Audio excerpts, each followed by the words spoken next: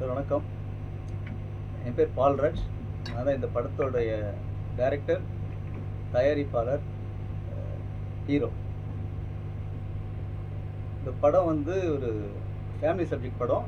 இந்த படத்தில் நான் முக்கிய கதாபாத்திரம் நடிச்சிருக்கிறேன்.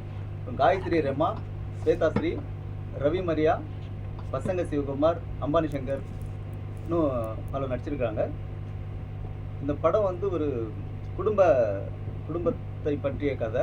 நிறைய குடும்பங்களில் நடக்கிற விஷயங்கள் வந்து இந்த படத்தில் இருக்குது. நாங்கள் படம் வந்து நல்லா எடுத்திருக்கிறோம். இந்த படம் மார்ச் 6ஆம் தேதி ரிலீஸ் ஆகுது. எல்லாரும் வந்து தேட்டரில் பார்த்துட்டு இந்த படத்துக்கு சப்போர்ட் பண்ணுங்க. இப்படிப்பட்ட கதை எடுக்கிறது வந்து எது தூண்டுதலாக இருந்தது? ஏதாவது உண்மை சம்பவமா? இது உண்மை சம்பவம் இல்லை. இது வந்து ஆக்சுவலாக என்னுடைய மனசில் இருக்கிற ஆசை. ஒரு 12 குழந்தை பெற்றுக்கணும் அப்படின்ற ஆசை தான் வந்து இந்த படத்தை ஒரு எழுதி அந்த அந்த மாதிரியான ஸ்கிரிப்டை வந்து எழுதி நான் இயக்கியிருக்கிறேன். 12 குழந்தை பெற்றுக்கணும்னு நினைக்கிறவனுடைய லைஃப் எப்படி இருக்கும் அப்படின்றது தான் வந்து இந்த கதை. கள்ளக்காதலை ஊக்குவிக்கிற மாதிரி இருக்கா சார்? இல்லை, ஆக்சுவலாக கள்ளக்காதல் வந்து இது ஊக்குவிக்கிற மாதிரி கதை இல்லை சார். நிறைய குடும்பங்களில் நடக்கிற விஷயங்கள் தான் சார். இது கள்ளக்காதல் ஊக்குவிக்கிற மாதிரி கதை இல்லை. அந்த அந்த இன்னொரு கதாநாயகிக்கு ஒரு தேவை இருந்தது. அது வந்து இந்த கதாநாயகன் மூலமாக வந்து இந்த கதாநாயகனுக்கும் ஒரு தேவை இருந்தது. இவங்க 2 பேரும் ஒன்றா ஆகுறாங்க. இது வந்து கள்ளக்காதலே கிடையாது சார். எந்த விஷயத்தில் சார் ஒன்றா ஒத்து போகிறாங்க அவங்க? அந்த குழந்தைகள் 10, அந்த பொண்ணுக்கு வந்து 10 குழந்தைகள் வந்து பெற்றுக்கணும்னு ஆசை இருக்குது. இந்த கதாநாயகனுக்கு 12 குழந்தைகள் பெற்றுக்கணும்னு ஆசை இருக்குது. அந்த விஷயத்தில் அவங்களுக்கு கொஞ்சம் இந்த பொண்ணு வாழ்க்கையை விட்டுட்டு விஜய் மாதிரி விட்டுட்டு ஓடுற மாதிரி இருக்குது. அது திரிஷாவோட ஓடுற மாதிரி அது ஓடுற மாதிரிலாம் இல்லை சார். எதுக்கு இந்த படத்துக்கு இதுக்கு இந்த டைட்டிலுக்கு சம்பந்தம்? இது டைட்டிலுக்கு சம்மந்தம் அப்படின்னா இது டைட்டில் ஒரு கேட்சிங்காக இருக்குது. இன்னொன்று வந்து இந்த நபர் யார் அப்படின்னா நான் தான் அந்த பையன் அப்படின்னு காட்டுறதுக்காக அந்த டைட்டில் வச்சு சார். இந்த காலத்தில் வந்து 12 குழந்தை பற்றிலாம் சாத்தியம் இல்லாதது தான் சார் இந்த படத்தில் சொல்லியிருக்கேன். 12 குழந்தை பற்றி என்ன பண்ண போறீங்க? கிரிக்கெட் டீம் எதுனா சார், மனுஷனுடைய ஆசைன்னு ஒன்று இருக்கு இல்லைங்களா? இது வந்து குழந்தைகளை எடுத்து வந்து ஒன்றும் பண்ண முடியாது. ஆனால் மனுஷனுடைய ஆசைன்னு ஒன்று இருக்கு பார்த்தீங்களா? ஒவ்வொருத்தருக்கு ஃப்ளைட்டில் போகணும்னு ஆசை இருக்கும். இப்போ உதாரணத்துக்கு வந்து காக்கா முட்டையில் பார்த்தீங்கன்னா அவங்களுக்கு பீஸா சாப்பிடணுன்ற ஆசை.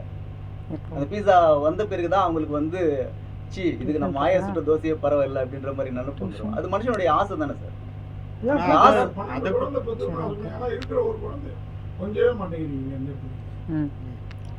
பொண்டாட்டி மனைவியினுடைய இடுப்பை மட்டுமே தான் பார்த்தீங்க, குழந்தைய பார்க்கவே இல்லையே கடைசி வரைக்கும்.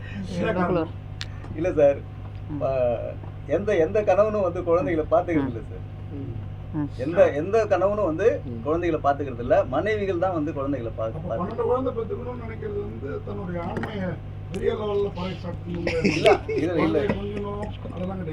இதுல ஆண்மை எல்லாம் ஒண்ணும் இல்லை சார். இது ஆசை சார். இது கொஞ்சிறது தான், கொஞ்சிறது ரசிக்கிறது தான்.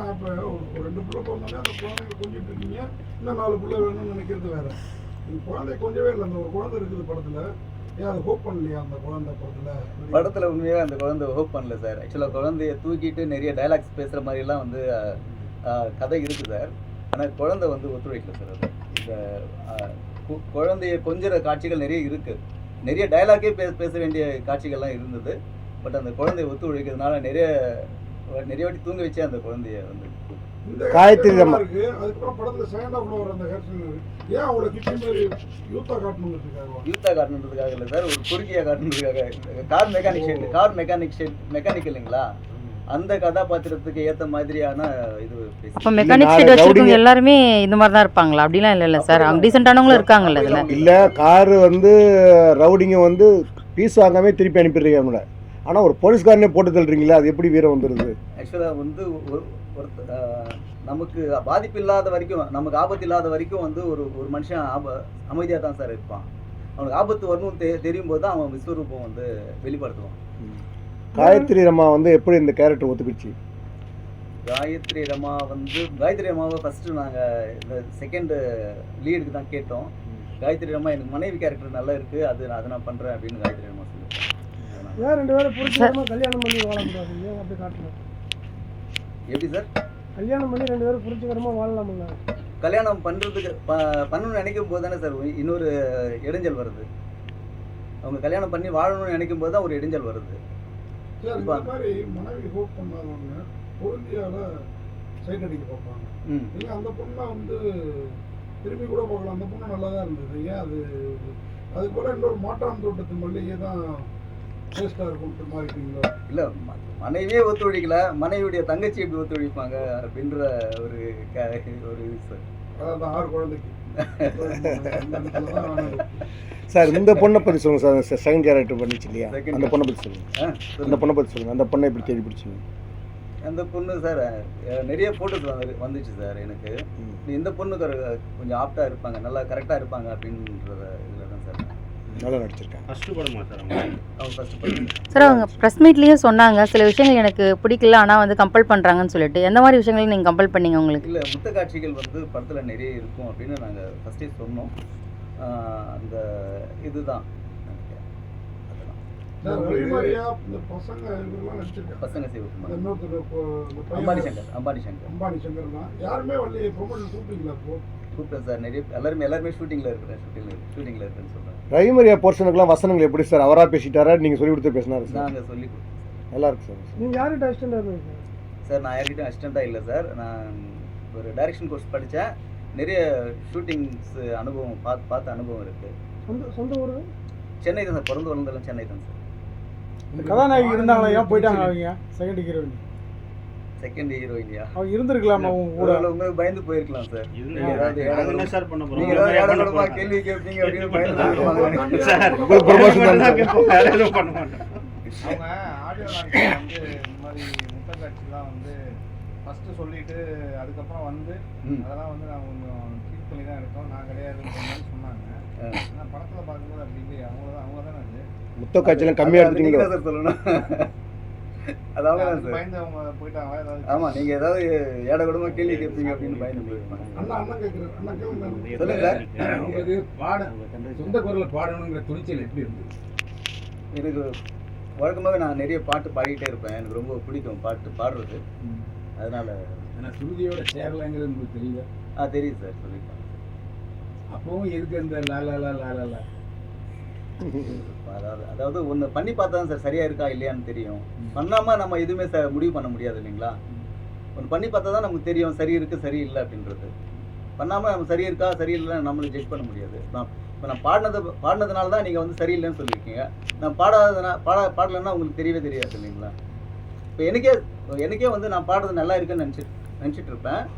இப்போ மற்றவங்க சொல்லும்போது தான் ஓகே சரியில்லை போல இருக்குது அப்படின்னு வந்து நான் முடிவு பண்ணுறேன். அந்த ஃபர்ஸ்ட் பாட்டு யார் சார் பண்ணது? ஃபர்ஸ்ட் ஒரு பாட்டு நான் தான் சார் பண்ணேன். ஃபர்ஸ்ட் பாட்டு நீங்கள் தான்? 3 பாட்டு நான் தான் சார் பண்ணேன் படத்தில். மியூசிக் டைரக்டர் யார் சார்?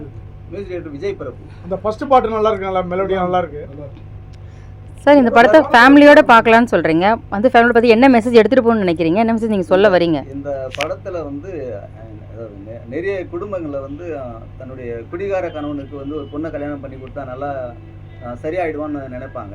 அது தப்புன்னு நம்ம சொல்லியிருக்கிறோம். அதே போல் கணவன் மனைவி வந்து ஒரு ஒத்துழைச்சு வாழணும் அப்படின்றது வந்து இந்த படத்தில் பார்ட் 2 லீடு கொடுத்துருக்கீங்க. பார்ட் எடுக்க ஐடியா இருக்கு கண்டிப்பாக சார். இந்த படத்தோட வெற்றியை பொறுத்து இல்லை கண்டிப்பாக எடுக்கணுங்கிற முடியும். வெற்றியை பொறுத்து தான் சார். இல்லை இந்த யார் அந்த பையன் நான் தான் அந்த பையன் சிங்க் ஆகலையே?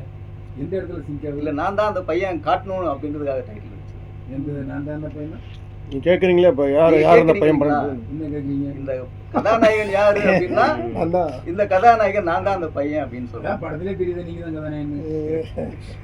இல்லை, வெளியே தெரியுது இல்லை சொல்கிறேன். இதுக்கு ஏதாவது ஒரு யார் இது வந்து கதையோட ஒட்டு இல்லை, ஒரு புதுசாக ஒரு டைட்டில் யோசிச்சுக்கலாம்னு கேட்குறேன். இல்லை, நிறைய நீங்கள் சொல்றது பார்த்தா நிறைய படங்களுடைய டைட்டிலும் வந்து கதைக்கு ஒட்டாமல் இருக்கு. அப்படி பார்க்கும்போது இல்லை சார், சொல்றதுக்குள்ள போக மாட்டாங்க சார். ஆக்சுவலாக அந்த டைட்டில் படிக்கணும்னே நிற்பாங்க சார். அது ரொம்ப நேரம் வந்து அந்த டைட்டில் படிக்கணும் அப்படின்றதுக்காகவே நின்று படிப்பாங்க. சின்னதுன்னா ஈஸியாக போயிடுவாங்க. இந்த டைட்டில் படிக்கணுன்றதுக்காகவே கொஞ்ச நேரம் நிற்பாங்க. இப்போ ஒரு லேட்டஸ்ட் ட்ரெண்ட் என்னன்னா இங்கிலீஷில் டைட்டில் வைக்க தான் ஓடிடி வாங்குறாங்கிற மாதிரி ஒரு சூழ்நிலை எல்லாம் இங்கிலீஷ் டைட்டில் வைக்கிறாங்க. அதை ஏன் ஃபாலோ பண்ணலன்னு கேட்குறேன்.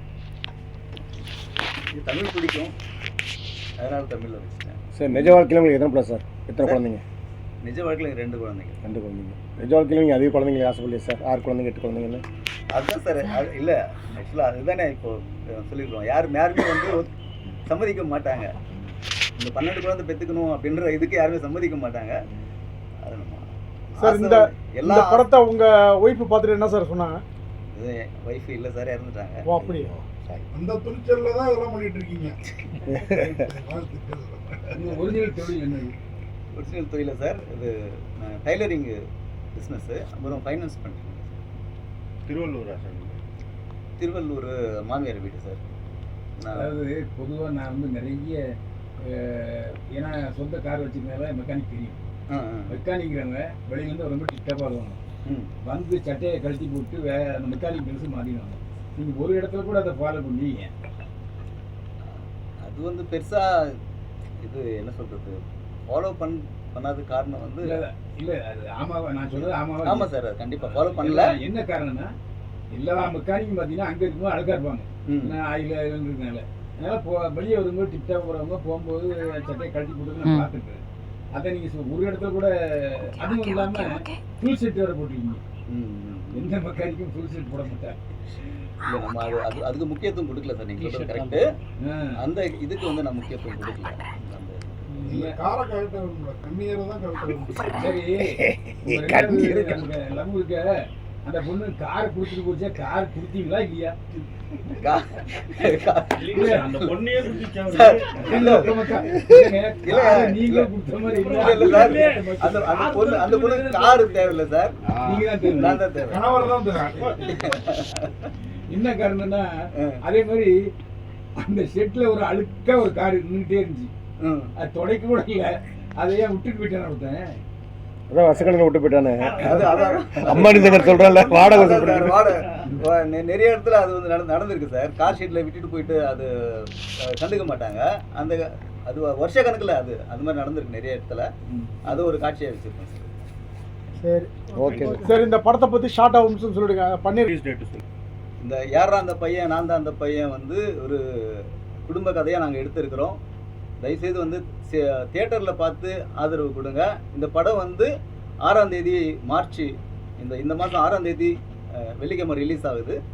ஆதரவு கொடுங்க. இல்லை இல்லை இன்னும் கைட்டோட சொல்லுங்க.